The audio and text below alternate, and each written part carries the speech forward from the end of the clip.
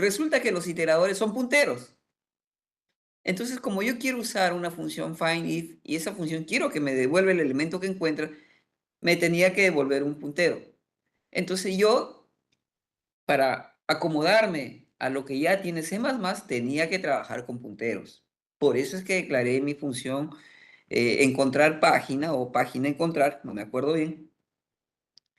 La definí como que retorna un puntero, ¿no? Ok. Entonces quiere decir que el ejercicio anterior no estuvo motivado porque nosotros realmente estábamos convencidos de que un puntero es lo mejor. No, ni siquiera sabemos realmente cuál es la utilidad, la verdadera utilidad de un puntero, sino que simplemente era más bien por una exigencia o un marco que ya tenía la función findIf. Y esto nos hace crear varios elementos de sospecha. Primero, ¿por qué C++ siempre trabaja con punteros? ¿Por qué los iteradores están hechos en punteros? Y más adelante te vas a dar cuenta de que muchos conceptos y las funciones de poder que vas a encontrar más adelante en el lenguaje, especialmente para las conexiones a base de datos, ya cuando trabajes con librerías gráficas, ¿no? Cosas ya de poder, conexiones a base de datos, todas las cosas o la mayoría de elementos van a ser punteros. Eso algo nos quiere decir, algún mensaje nos está transmitiendo el mismo lenguaje. Por gusto no están, por gusto no creo que la arquitectura de todas estas librerías que más adelante vamos a ver, yo creo que por gusto no es que estén orientadas a punteros, sino que tienen una razón. Y acá te voy a explicar ya la razón definitiva por la cual tienes que usar punteros, ¿ya? Voy a retroceder el tiempo a la primera clase y voy acá a, a mostrarte cómo estaba estructurada la memoria virtual. ¿Te acuerdas? La memoria virtual era la sumatoria de todas las memorias que tiene el sistema operativo para operar de una manera normal. ¿Te acuerdas que la memoria virtual era como una sumatoria, ¿no? De las sumas de la memoria ROM, de la memoria RAM, de la memoria caché y también de un sector de memoria que se prestaban de las unidades de almacenamiento duro o las unidades de almacenamiento persistente, que eran el disco duro, el floppy, si es que se usa, el CD, que es una reliquia, y las memorias USB que están acopladas a la computadora. O sea, era una recolección de recursos. Muy bien. ¿Y esta memoria virtual para qué se usa? Para que el sistema operativo trabaje con los programas abiertos, con Photoshop, con Word, etcétera, etcétera, etcétera. Entonces, eh, gran parte de la memoria virtual la utiliza el sistema operativo. Sin embargo, cuando tú haces tus programas o corres tus programas en C++, vas a utilizar una parte de esta memoria virtual. Y aún así, toda esa parte que C++ ocupa en la memoria virtual, C++ la estructura de la siguiente manera, ¿ya? Fíjate bien la parte, estos bloques de colores que he colocado intencionalmente para poder ilustrarte que todos esos bloques son los bloques de la memoria virtual que son usadas por el programa cuando tú ejecutas o corres el mismo. Fíjate que hay un segmento de texto que es donde C++ y el compilador colocan para almacenar información de caracteres e instrucciones. Por ejemplo, las mismas directivas de precompilación o los comentarios, ¿no? Los comentarios que tú escribes en tu código fuente. El mismo texto que tú escribes, o sea, el texto muerto, sin interpretación, ocupa memoria. Entonces, todo ese recurso de textos y comentarios se almacenan en un segmento de texto, o sea, un lugar en la memoria virtual que internamente ya C++ maneja para almacenar esa información de tu programa, ¿ya? O el programa compilado en los sectores de la memoria virtual, ¿ya? A ese segmento se le llama el segmento de texto. Luego vienen los segmentos de datos, ¿no? Los segmentos de datos ya son los valores, ¿ya? Con los cuales se inicializan las variables. Cuando tú haces, ¿no? Cuando tú haces y declaras una variable sin inicializar, ¿ya? Tú no reservas nada. Tú no reservas nada. Haces, por ejemplo, una declaración de int número. Esa variable número ya tiene un valor de inicialización por defecto que tú ni siquiera le has puesto. ¿Quién hace eso? Lo hace el mismo lenguaje, ¿ya? Le pone un valor arbitrario que es un valor indefinido, pero sí tiene un valor. Es un valor que tú ni cuenta te has dado, pero es un valor que ya C++ le coloca. Entonces, es ahí donde todos esos datos que C++ va colocando a tus variables sin que avisarte, se colocan en este segmento de datos. Y la parte celeste que ya lo has visto y ya lo has revisado ampliamente, ya la conoces. Esa pila es precisamente ese apilamiento de bloques que ya lo hemos visto en muchas diapositivas. Es el stack o la pila. Es ahí donde no vas colocando los valores, ¿no? De izquierda a derecha. Vas apilando los valores. Los números enteros van de 4 en 4 bytes, los punteros de 8 bytes, los floats de 8 bytes. Entonces se va acumulando de poco en poco. Bien, entonces esta pila que tú ves es estática, ¿sabes por qué? Porque tú haces una reserva al inicio, ¿no? Cuando declaras una variable, cuando creas una función, ya le estás diciendo a C++ cuánto le va a costar en memoria ejecutar ese programa. Muy bien. Quiere decir que desde que tu programa inicia hasta que tu programa termina, C++ va a utilizar esa cantidad de memoria que tú le has reservado o que tú has presupuestado.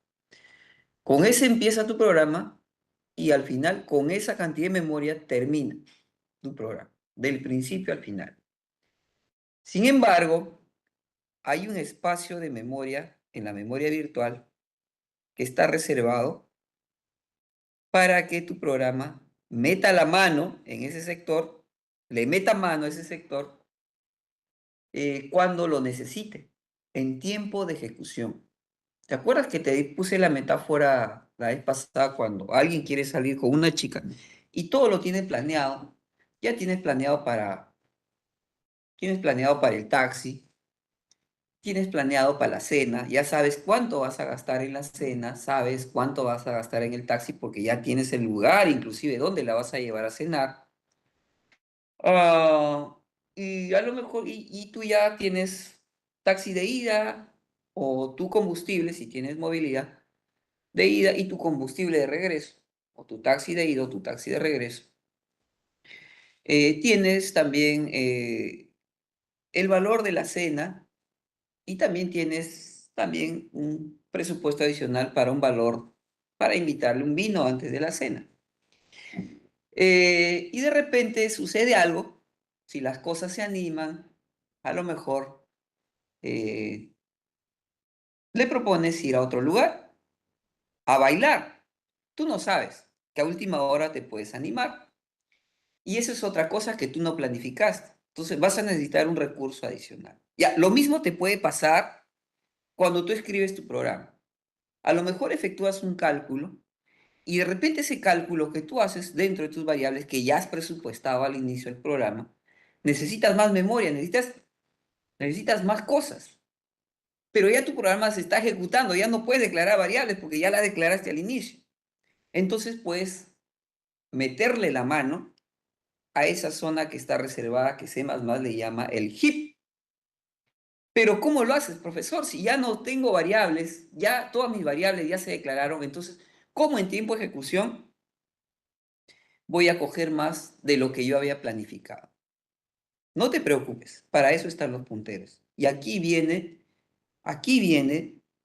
la razón principal por la cual existen los punteros para gestionar la memoria dinámica. ¿Y qué es la memoria dinámica? Es una zona de la memoria virtual que está reservada para que tú cojas memoria si es que el momento que tu programa está ejecutándose necesita más. ¿Ya? Pero hay una condición importante. Coge, puedes coger lo que quieras, pero si tú coges, tú devuelves. Ya acá C++ no va, cuando muere tu programa, cuando tu programa termina, C++ mata todas las variables que tú has declarado. Pero ojo, no devuelve al sistema operativo lo que tú has reservado dinámicamente. Así que acá en esta zona, coges memoria y tú tienes que devolver esa memoria. Asegúrate de devolver, ya, no seas abusivo. Igual que cuando tú prestas dinero a un amigo de buena fe, estás moralmente obligado a devolverle el dinero que le has prestado. Acá también en programación existe esa moral, ¿ya? Muy bien, entonces acá te voy a explicar cómo sucede esto. Fíjate acá en este gráfico que he hecho, ¿ya? Una cosa es comprar algo y otra cosa es alquilar, ¿no? El alquiler es algo que tú necesitas y después lo devuelves. Algo similar sucede con el stack y con el heap, ¿ya? Ya sabes que el stack es la pila convencional de memoria y el heap es una zona de la memoria virtual que estamos explicando recién. Fíjate acá. Cuando tu programa, mira ese gráfico, en las ordenadas se representa la cantidad de memoria en megabytes o en kilobytes, donde quieras. Y en la zona, en las abscisas, se representa un valor de tiempo t, donde tú en el origen sería el tiempo en el cual tu programa empieza a correr. Cuando tú haces, compilas y ejecutas el programa, vendría a ser el tiempo cero, ¿no? Y la última parte de las abscisas vendría a ser el tiempo en el cual tu programa termina. Si te das cuenta, la demanda de memoria del stack es constante, ¿sí? Todo esto que tú utilizas al inicio del programa, ya al final cuando el programa termina, él ocupa esa cantidad de memoria todo el tiempo. No suma ni resta más memoria, porque todo lo presupuestaste al inicio. Entonces, el consumo de memoria durante el proceso de la ejecución de tu programa siempre va a estar ocupado por una cantidad fija de memoria. O sea, si reservas todo tu programa, reserva 100 megas de memoria o, o 300 KB, esa cantidad de memoria, esos bloques de memoria de la memoria virtual siempre van a estar ocupados desde que tu programa inicia hasta que tu programa termine. Entonces, es una demanda estática, ¿ya? Siempre vas a tener la memoria ocupada. No sucede esto con el heap, ese sector de memoria virtual que tú en tiempo de ejecución puedes coger por una cantidad o unas fracciones de segundo, puedes usarla y después de que la usas, la devuelves. Como ya no la, quizá la usaste para resolver un cálculo, para hacer algo y después la devuelves. Pero al devolverla no necesariamente vas a terminar el programa, que tú puedes seguir operando dentro de tu programa, el programa puede seguir ejecutándose y después la devuelves. Y así sucesivamente. Si te das cuenta acá, los intervalos de uso de la memoria del heap son muy cortos. Entonces quiere decir que tú generas menos congestión de memoria que cuando tú trabajas con el stack. En el stack sí, desde que inicia tu programa hasta que finaliza, siempre vas a ocupar los bytes que has reservado, pero aquí en el heap no. Tú puedes ocupar un sector de la memoria y puedes solamente ocuparlo por un periodo muy, muy pequeño de tiempo y después puedes devolverlo sin ningún problema. De tal manera que el sistema operativo no se satura, solamente te va a dar la memoria en el momento y el lugar que tú necesitas. Después tú se la devuelves. Esto es mucho más eficiente que trabajar con la memoria estática o con el stack, ¿ya? ¿Y cómo haces esto? Ya, profesor, ya todo me parece una maravilla, pero ahora dígame ya en el lápiz y en el papel, ¿cómo debo hacer esto? Y acaba la respuesta. Fíjate acá, ¿cómo vas a acceder al heap? A través de los punteros. No puedes tú coger memoria, eh, no puedes coger memoria así como cogías declarando variables, ¿no? Nombre, ¿no? String, nombre, ya, declara la variable nombre de tipo string. Así no. Aquí funciona de otra manera. Para sacar memoria del heap, tienes que en tu programa colocar la siguiente nomenclatura. Esta es la secuencia. Primero colocas el tipo de dato al cual tú vas a utilizar para almacenar información en el sector heap. Luego pones la estrella, o sea, declaras un puntero. Después, este puntero tiene un identificador, o sea, declaras una variable puntero. Con el tipo, el identificador, recuerda que la estrella viene entre el tipo y el nombre de la variable. Y luego colocas igual new y vuelves a colocar el tipo, ¿ya? En el otro miembro. ¿Cómo es eso? Mira la declaración en el ítem 1. Declaras una variable double, no, un puntero que va a trabajar con variables double. No, entonces, fíjate acá, es un poco tonto, es un poco tonta esta declaración. Dice, double, estrella, apuntador, es igual a double.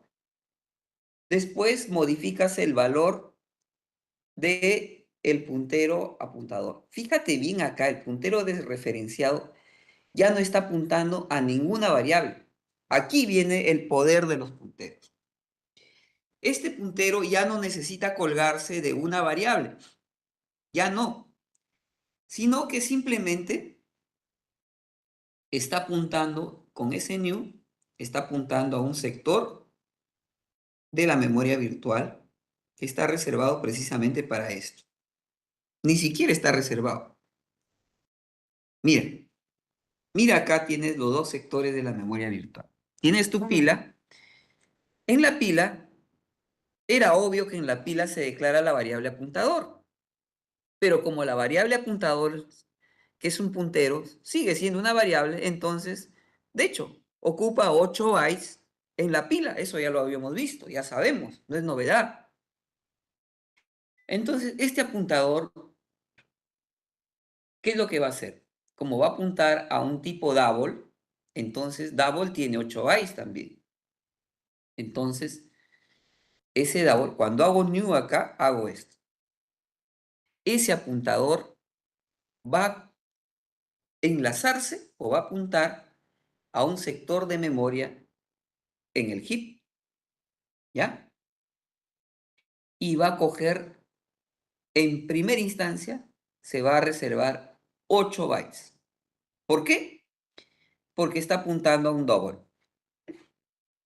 Y un double pesa 8 bytes. Entonces, al hacer esto en la línea 2, fíjate bien, al hacer esto en la línea 2, apuntador es igual a new, el operador new automáticamente coge memoria del heap.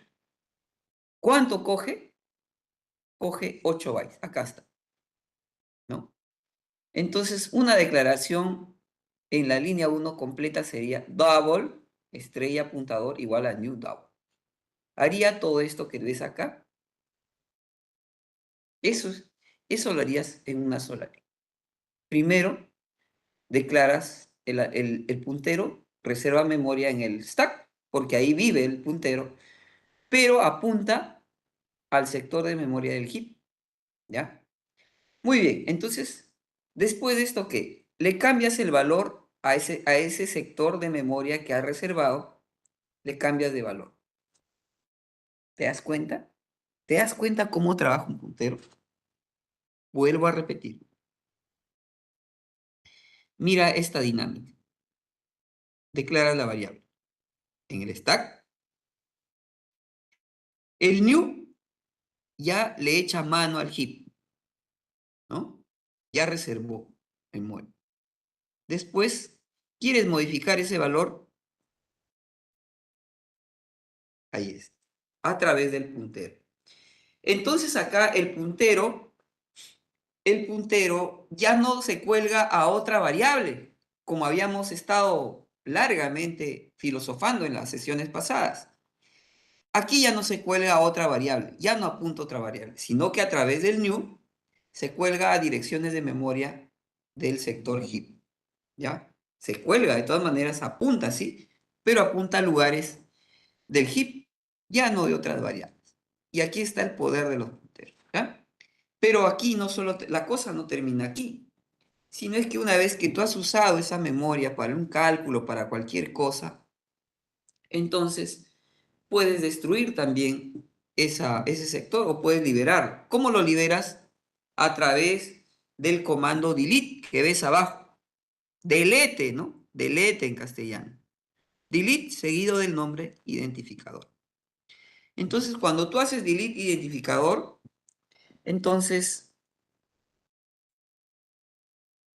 automáticamente esta zona que está acá se libera. Se libera la zona, ¿ya? Ojo que el puntero no se borra. O sea, la variable puntero que esté en la pila, que esté en el stack, no se borra. Lo que sí se borra son los valores que tienes en el heap y se deja libre ya para que el sistema operativo los use.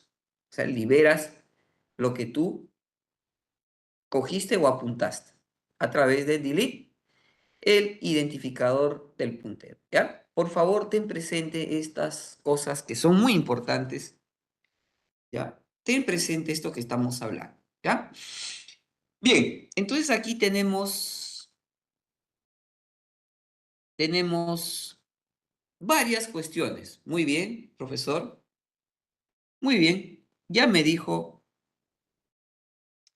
cómo trabajan los punteros. Entonces, ahora por favor, dígame cómo reservo memoria para los distintos tipos que tiene C++. Antes de mostrarte esta diapositiva, quiero que por favor veas cómo reservo memoria para cosas pequeñas, ¿ya? En el heap. Esto ya no me sirve por ahora porque ya lo tienes en tu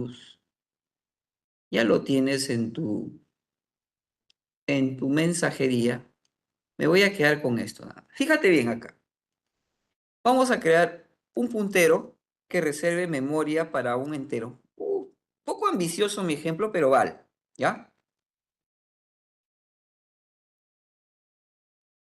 ¿Qué estoy haciendo acá? Le estoy diciendo, por favor, voy a necesitar una zona del heap, ¿no? De 4 bytes. Eso es lo que yo, al escribir esa línea, estoy escribiendo lo siguiente. Voy a necesitar del heap una, una cantidad de memoria de 4 bytes. Ok, muy bien. ¿Y luego qué haces? Empiezas a ocupar,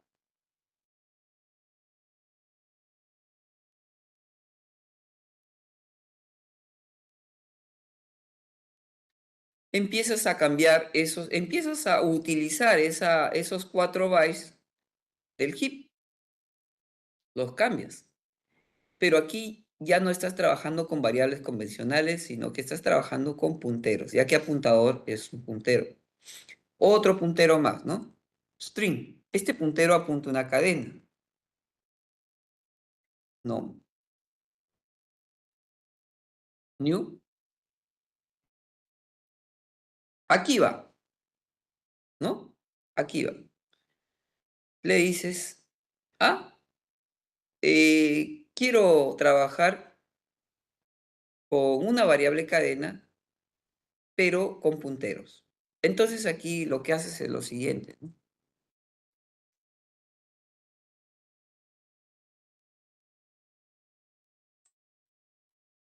¿Tú crees que eso va a estar bien? No. El puntero tiene que estar desreferenciado. ¿Ya? Ahí está. ¿Qué te parece? Ah, otra sintaxis, ¿ya? Fíjate bien acá. Fíjate bien, por favor, ¿ya? Eh,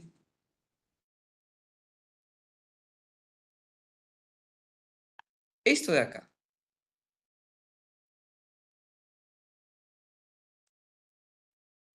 lo mismo.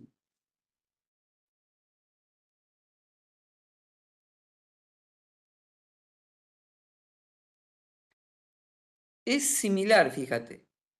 New.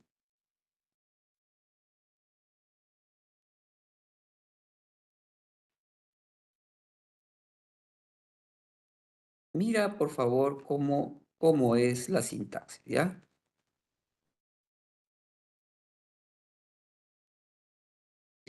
Yo acá le estoy asignando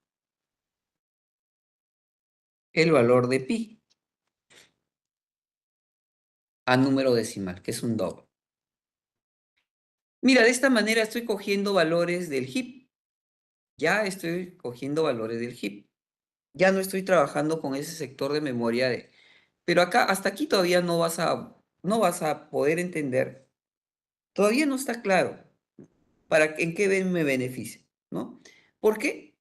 Porque aquí mi programa va a funcionar igual, ¿ya? Entonces, lo único que estoy cambiando es que no estoy trabajando con variables convencionales. Te estoy mostrando la sintaxis, ¿ya? Muy bien, entonces fíjate bien acá. Cada tipo de C++ puede reservarse, para cualquier tipo de C++ puede reservarse memoria en el heap, ¿ya? Entonces, esto de acá es muy sencillo. A ver, reserve memoria para un vector, ¿ya? Para un vector. O para una matriz, o para una estructura. Ya, todo esto acá te lo explico. ¿Ya? Primero, ahora, ¿cómo reservo memoria para vectores? ¿Ya? ¿Dónde está el mouse? Creo que esta computadora tiene virus. No veo el mouse. Se ocultó. Cuando el mouse se te oculta es un síntoma de virus. Es lo más cercano. Es una de las principales causas de... Bueno, ya apareció por acá, ¿eh? Fíjate, fíjate, solo aparece en... Ok. Ya, entonces fíjate acá, reservando memoria según los tipos. Acá yo te voy a mostrar cómo reservar memoria para un vector.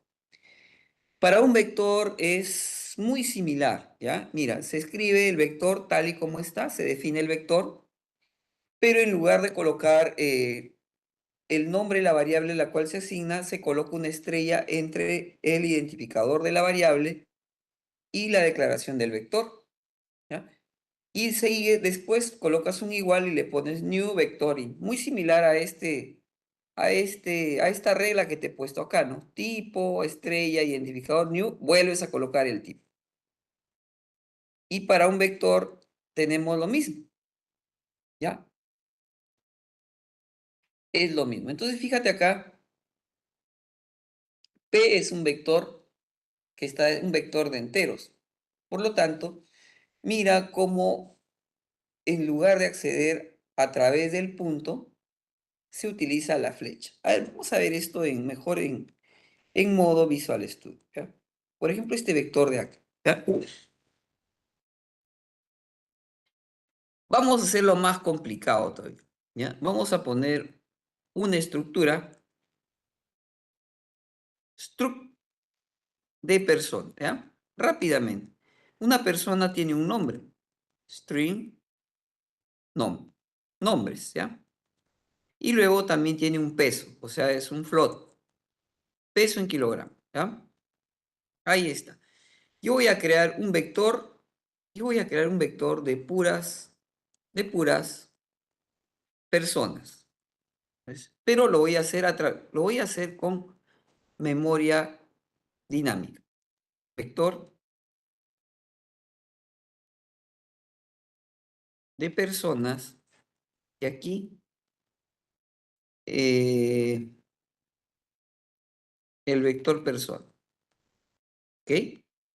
Pero esto es igual a new, para que esté en el stack new, y nuevamente repites el tipo. Así de sencillo. De esta manera ya no estás trabajando con el stack, estás trabajando con el heap. Mira que este patrón se repite, ¿ya? El tipo, estrella, identificador, palabra new, nuevamente el tipo. ¿Ves que es muy sencillo? Y es la regla que yo te estoy dando acá. Tipo, estrella, el identificador, igual a new, tipo. Muy, muy similar. ¿Ya? Esa es la tónica para declarar o reservar memoria en el heap. Y acá algo muy importante, ¿ya? Fíjate bien. De repente, mira lo que va a suceder acá, ¿no? Vamos a hacer lo siguiente, ¿ya? Vamos a, para que se entienda un poco el concepto, ¿ya? Vas a escribir en este programa y le vas a poner, desea, no, mira, desea, mira,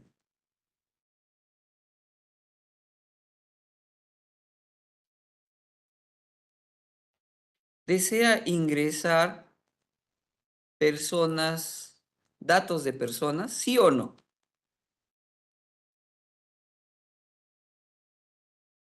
Mira esta pregunta, es clave. Acá vas a poner la opción de tu tecla, ¿no? Char, opción. Y esto ya sabes hacerlo. Char, opción, sí y no. Yo le voy a poner sí por defecto, ¿ah? Entonces acá lees tu opción sin, ¿no? Sin.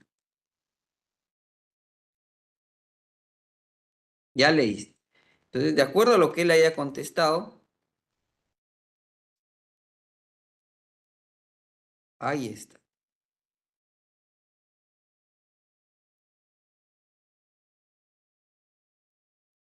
Si ya ha contestado sí, entonces haces lo que tienes que hacer.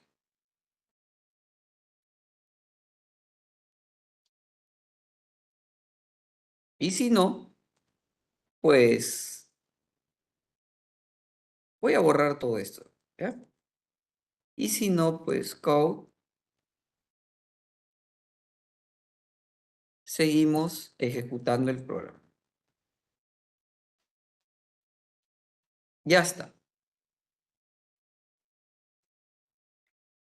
Punto y coma acá. Bueno, y si él decidió realmente llenar ese vector, hay que reservar memoria, hay que reservar memoria dinámica, ¿ya? Y hay que empezar a llenar ese vector. Empiezas acá, ¿no? Empiezas a, a pedir datos, ¿ya? Empiezas a pedir datos. ¿Cómo pides datos? Vas a pedir datos acá. Cow, un while, ¿no? Pero con otra opción. Opción 2, ¿ya? Char, char, opción 2, que es igual a sí también. Son variables distintas, ¿ya? Opción y opción 2. While, while, opción 2 es igual mientras sea positivo, ¿no? Cow,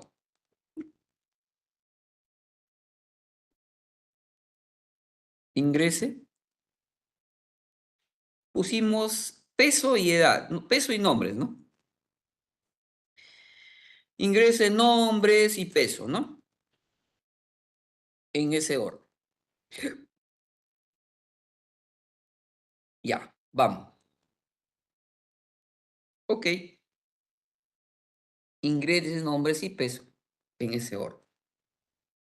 Aquí leemos entonces, vamos a por acá declarar una variable, string, nombre, vamos a poner aux nombre, ¿ya?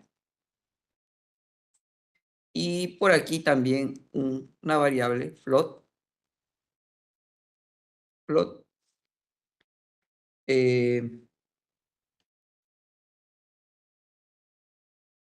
vamos a poner estas variables aquí, ¿ya? Para que sean para que se vea mejor. Float,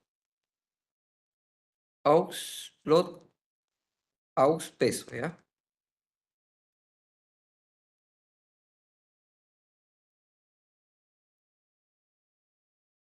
Ah, pero el vector es una estructura de personas, entonces, ¿para qué hacer esto? Ya, voy a poner acá una estructura, S persona,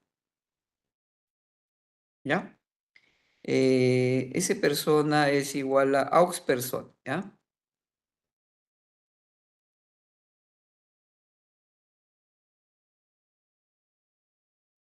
Ya está. Entonces, con aux persona voy a llenar las cosas. Entonces, vamos a poner acá, vamos a escuchar las sin aux persona, nombres. Y aux persona, así voy a leer y lo voy a almacenar en esa estructura, peso. O sea, voy a leer los nombres y el peso y lo voy a almacenar en esa estructura. Y después de que tengo ya la estructura llena, recién acá al vector personas le agrego esa estructura. Pushback aux person.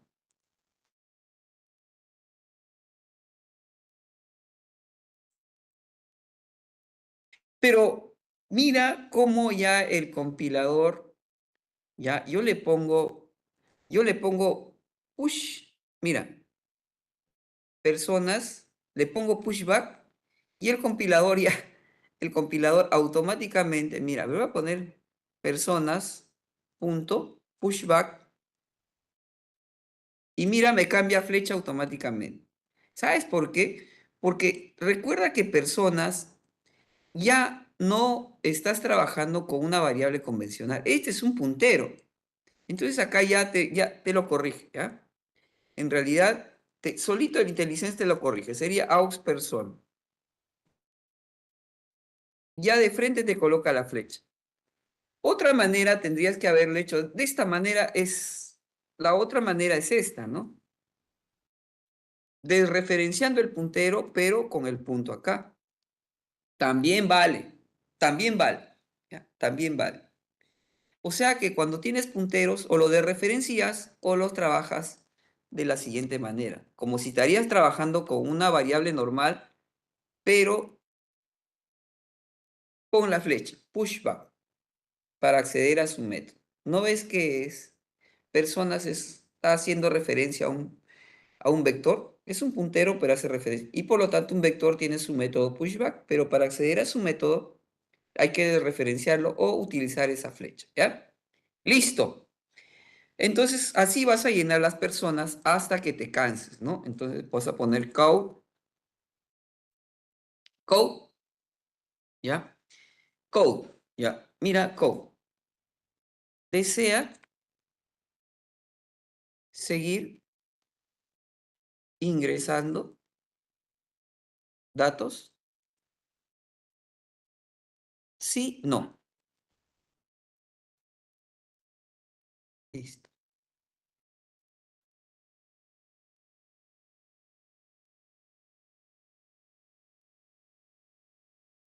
Listo. Y acá la respuesta, ¿no?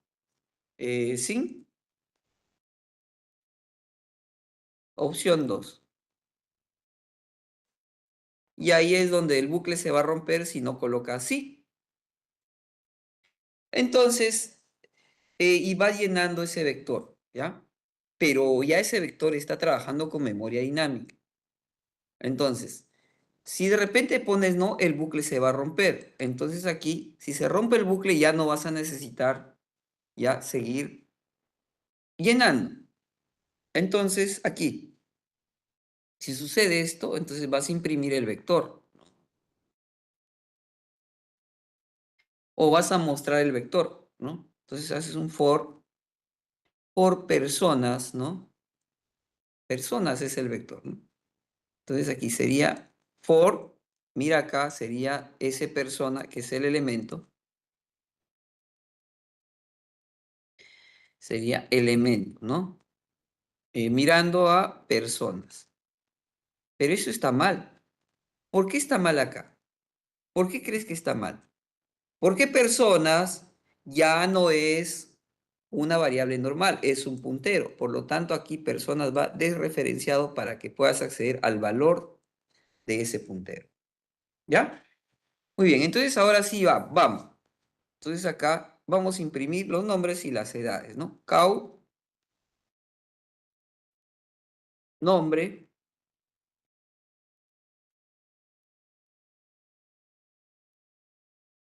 y aquí le vas a poner el nombre, ¿no? Sería, sería así, ¿no? Personas, desreferenciado ese puntero, y después que lo desreferencias, punto, aquí, punto, nombres, ¿no? Porque es una estructura, o sea, sería así, no personas, el nombre sería elemento, perdón, aquí elemento, porque elemento ya no es un elemento, y es un elemento tipo estructura, sería elemento punto nombres, ahí está. Luego de esto, el peso, ¿no? El peso ya lo coloco después de una flechita y sería elemento punto peso. Lo que me causa extrañeza es que acá elemento no me está reconociendo la inteligencia de elemento. Vamos a ver. Elemento punto, así, nombres. Y elemento punto peso.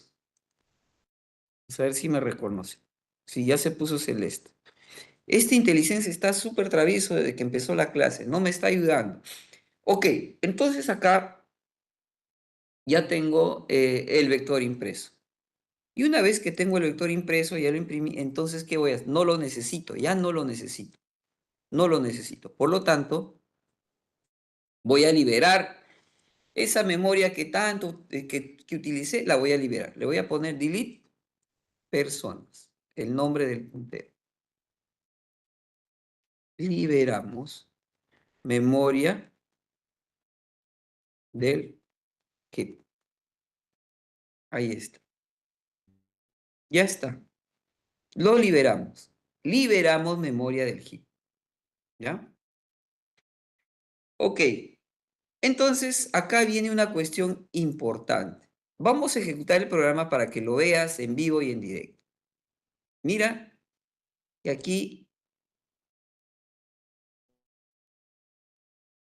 tomas una decisión. Hay una decisión importante. Dice, ¿deseas ingresar datos de personas? ¿Sí o no? Muy bien. No voy a poner, ¿ya? Seguimos ejecutando el programa y el programa termina. O sea, la ejecución del programa va a ser esta y más o menos va a ser esta. Voy a reservar, mira, por favor, acá sí tienes que prestar mucha atención. Así se ejecuta el programa. Reserva un byte, ¿no? A ver, me permite un segundo.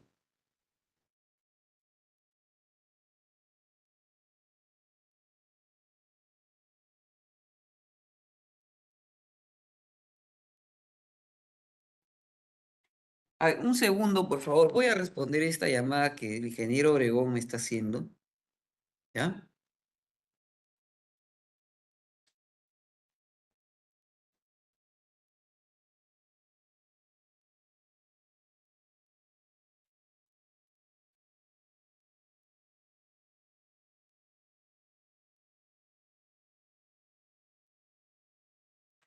Ya. Entonces acá, jóvenes, ¿qué estoy haciendo acá? Mira cómo se ejecuta. Acá ya estoy pidiéndole un byte. Un ratito vamos a contestar acá. Eh, caray. Miren, hay situaciones en las cuales no les pasa que a veces, eh,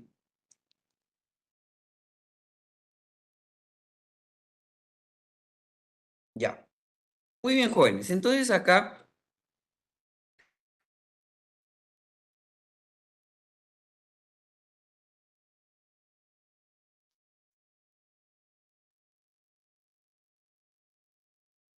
Ya.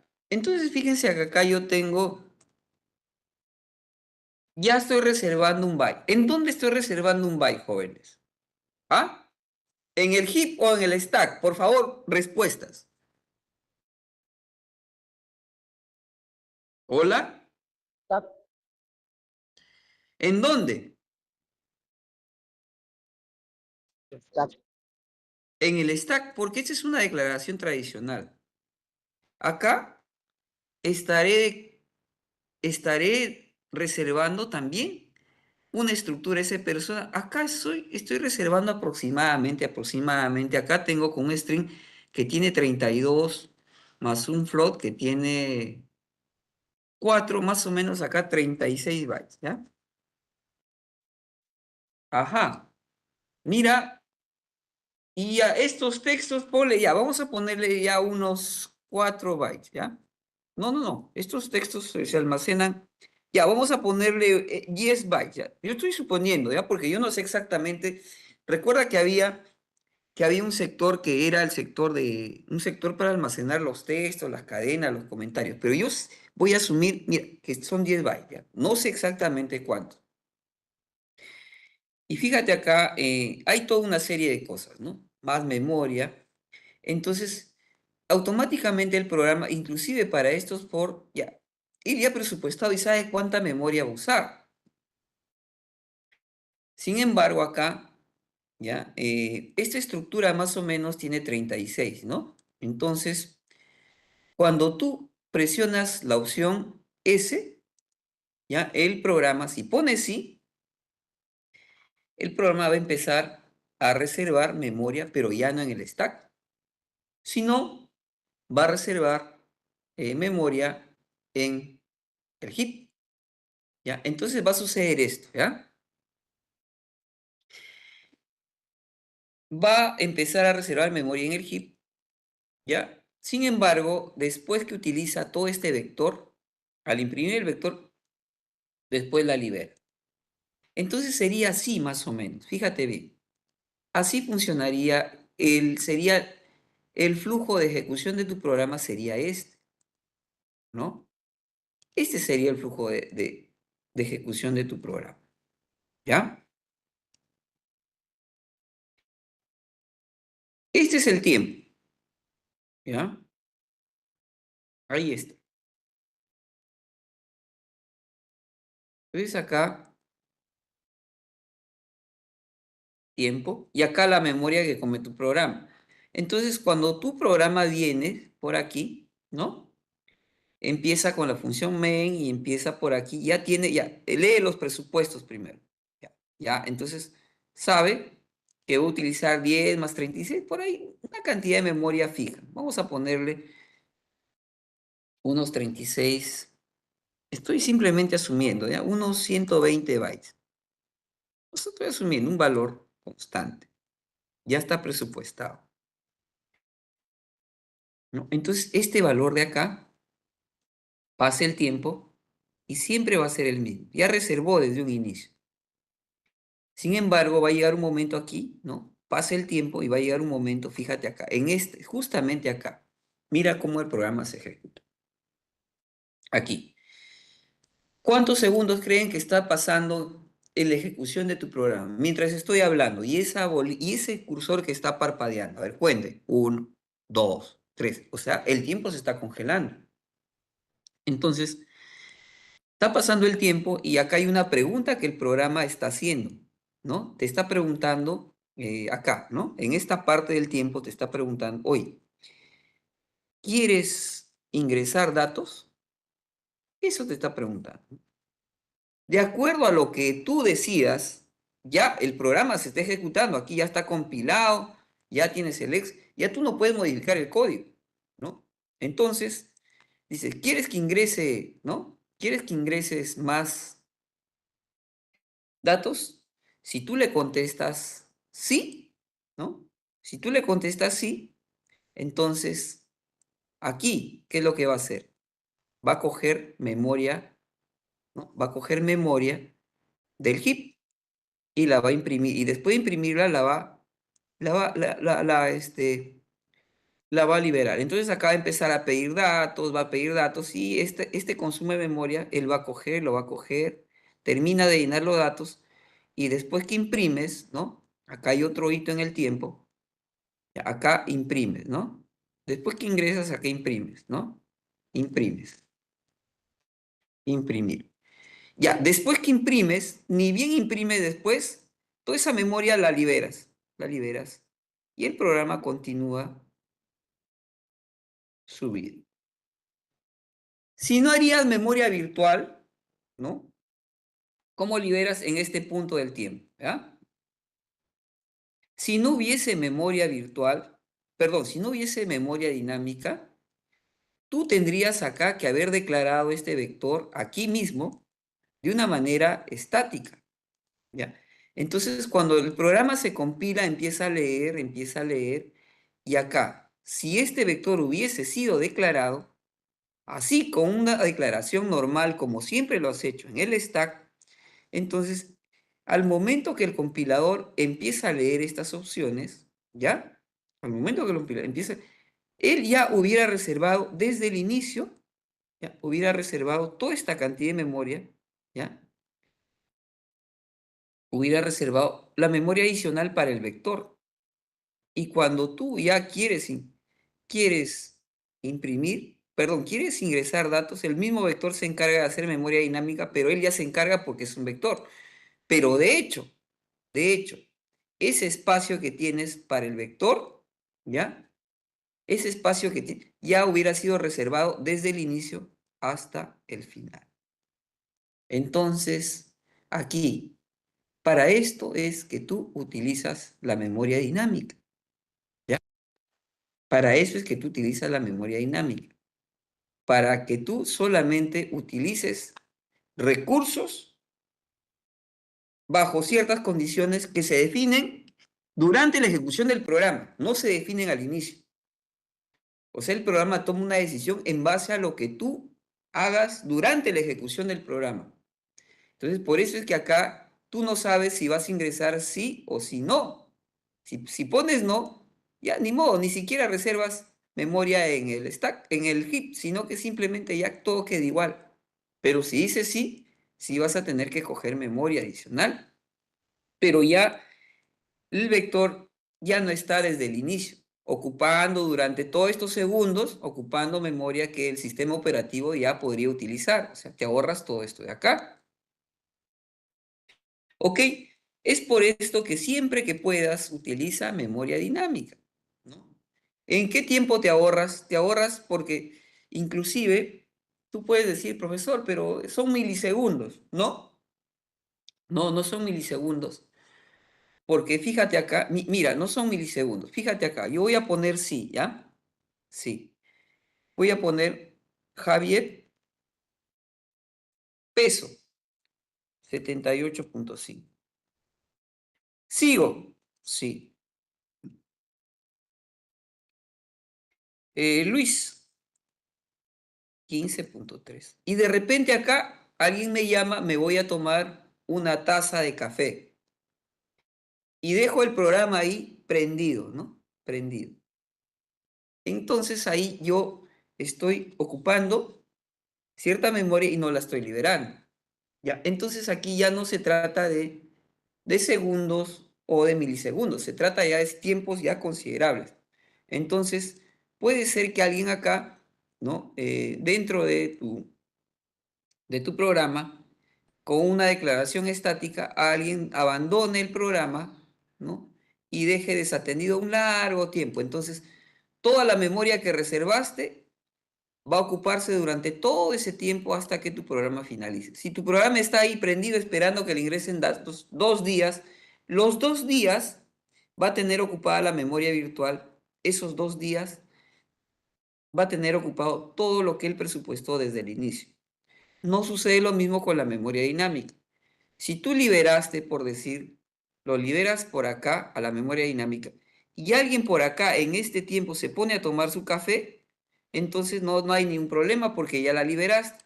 Entonces, ese espacio que ya liberaste, ya el sistema operativo lo usa, pero no lo vas a ocupar todo el tiempo, ¿me entiendes? Entonces, es por eso que es importante, ¿ya? Que tú trabajes con memoria dinámica, ¿ves? Entonces ahí está, mire, están ingresando se está imprimiendo los valores de Javier y de Luis, ¿ya? Entonces, lo estás haciendo con memoria dinámica. Entonces, hasta aquí, por favor, si hay alguna duda. Si, por ejemplo, ¿no?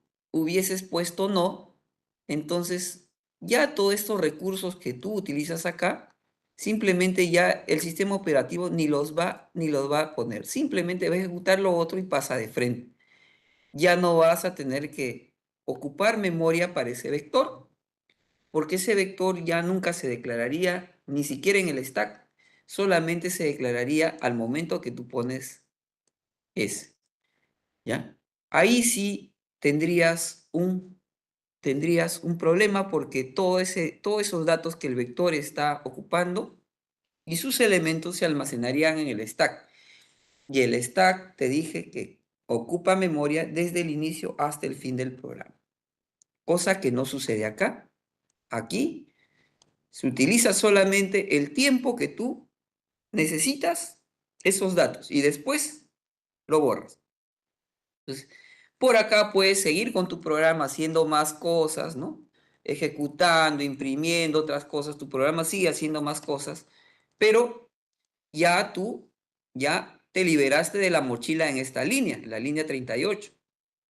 Entonces, las otras líneas durante la ejecución de las otras líneas de código, ya esta parte ya fue liberada. Solamente la usaste para un determinado intervalo de tiempo. ¿Ya? Esa es la magia de la memoria dinámica, ¿no? Donde se tiene más aplicación para cubrir una falencia de las matrices, ¿no? Las matrices, por ejemplo, tú no sabes, por ejemplo, cuántos elementos va a tener tu matriz, entonces ahí es donde el puntero te va a ayudar. Y esto lo vamos a ver en el siguiente episodio, ¿ya? Muy bien. Entonces, esto de acá es un buen ejemplo de cómo tú puedes eh, reservar memoria para un vector. Para una estructura es igual, ¿no? Para la estructura es igual. ¿Cómo reservas memoria con la estructura? Igualito. Ese curso defines una estructura, un puntero P, ese curso, new, ese curso. El mismo método. Y para acceder a través de la flecha y a través del punto, ¿no? Entonces, quiere decir que acá también no solamente podría dejar a esta estructura, a esa persona, como una estructura simple. Esa persona inclusive podría ser un puntero, ¿no? Que apunte a esa persona. Igualito, tal cual. Igualito, mire, igualito. Solo que yo voy a ser más inteligente. Ni siquiera lo voy a declarar acá, sino que voy a llevar a estos 36 bytes aquí. Lo voy a llevar dentro de la opción sí, ¿ya? Entonces aquí es donde yo lo voy a declarar. Entonces, igual va a ser dinámico, no solo el vector, sino que también la estructura va a ser dinámica y solamente se va a necesitar en el momento que se decide si es sí o si es no. Pero acá vas a tener, como el aux persona ya es un puntero, ¿no? Entonces acá vas a tener que, en lugar del puntito, ponerle la flecha, nada, ¿ya? Y en lugar de aux persona directo es desreferenciado. Y acá también, en lugar del punto nombre sería flecha. Nada más. Y el programa va a funcionar igual, solamente que tu programa está optimizado porque ya estás utilizando un vector y una estructura en el heap. Ya no estás utilizando el stack. Y vas a tener los mismos resultados, solamente que tu programa va a ser más eficiente. ¿Ya? ¿Ves? Funciona igual. Bien, profesor, de qué eficiencia me habla, profesor? Si acá solamente son 3 datitos. Si lo hago en el stack, va a ser lo mismo, no siento la diferencia. Ah, no sientes la diferencia porque estás jugando con fuegos artificiales. Cuando ya programes con base de datos, ahí te quiero ver. Ahí te quiero ver. Cuando hagas una aplicación, por ejemplo, para almacenar las llamadas telefónicas, supongamos las llamadas telefónicas de un solo día de un operador. A ver, 23 millones de personas llamando, ¿no? 10 millones de personas con celular llamando en el Perú, ¿no? Y no solamente llamando esa, sino que cada persona puede hacer 5 llamadas diarias. A ver, ponte tú a trabajar con esa data. Ahí sí donde te va a doler cada cosita que tú declares con memoria dinámica, cada estructura, va, cuando saques datos de tablas, son 100.000, 10.000 registros con un for, a ver si lo vas a hacer con memoria estática.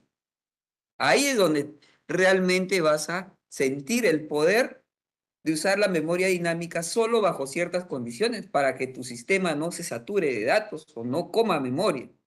Acá esto pues un suspiro. Aquí no lo vas a notar tan sustancialmente. Cuando ya trabajes con volúmenes de datos grandes y las variables te ocupen grandes cantidades de datos, ahí es donde te va a pesar, ¿no?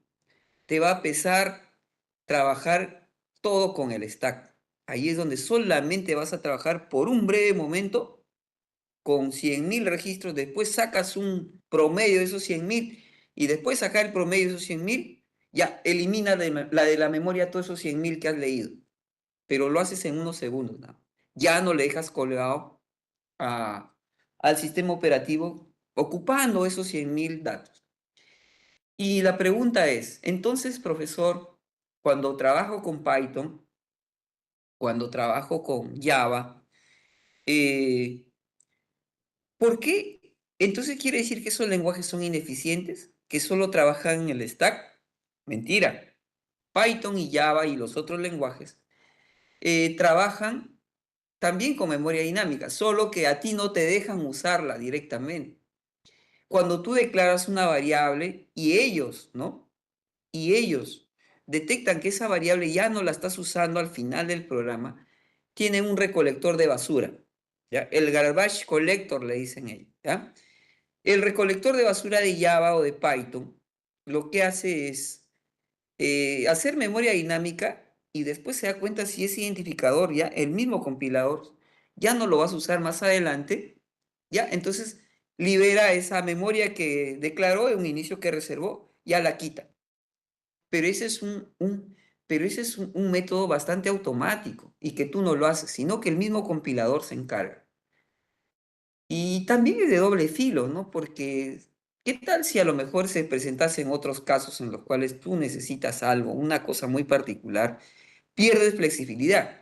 En cambio, aquí en C y en C++, el lenguaje te dice, no, tú eres responsable de coger y también eres responsable de devolver. Ya depende de ti. Entonces es un lenguaje de más bajo nivel y eso debería alegrarte. Porque tú acá decides cuándo y cómo, y cuándo y cómo, ¿no? Cuándo y cómo y cuánto vas a coger. Muy bien, jóvenes, entonces las estructuras también se reservan de la misma manera y los arreglos, ya esos arreglos también. Ya, si tú mira, acá los arreglos está de más ya que reserves, está de más, mira, porque acá un arreglo es un puntero, es fácil, ¿ya? Un arreglo de tres enteros. ¿Cómo lo reservas en el heap? Entero, punto, p, new, int 3. ¿Ves? Aquí sí hay un poquito, se rompe la regla, pero es igual. ¿Ya? Muy similar. ¿Ya? Y acá viene la parte de arreglos de punteros. Pero por favor, esto de acá lo vamos a ver en la siguiente clase, ¿ya? Pero yo te invito a que lo revises. Está súper clarísimo. Me he tomado el trabajo de colocarte paso por paso. Mira cómo haces una reserva de memoria dinámica para una matriz dinámica, ¿ya? Te soy honesto, yo no veo ninguna aplicación práctica de las matrices dinámicas en estos tiempos modernos, pero estoy obligado a enseñarte cómo se hace, ¿ya?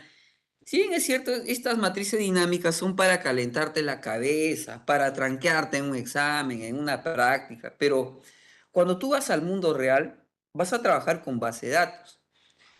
Y con base de datos es bien difícil y con aplicaciones reales, poco difícil que tú armes matrices. Incluso en aplicaciones científicas o de investigación, trabajar con matrices, por ahí algunas, pero no tienen una aplicación directa y efectiva y práctica. Pero igual te lo voy a mostrar acá, ¿ya? Entonces, en la siguiente clase vamos a hacer un pequeño repaso de esto que estamos haciendo acá, un ejercicio de matrices dinámicas y después de esas 2 horas se va a tomar la práctica calificada que corresponde a la segunda práctica calificada, ¿ya? De manera virtual, ¿ya? Muy bien, jóvenes. Entonces, nos vemos el día viernes. Ya saben que el día viernes, a partir de las 11 de la mañana, estamos empezando la práctica calificada.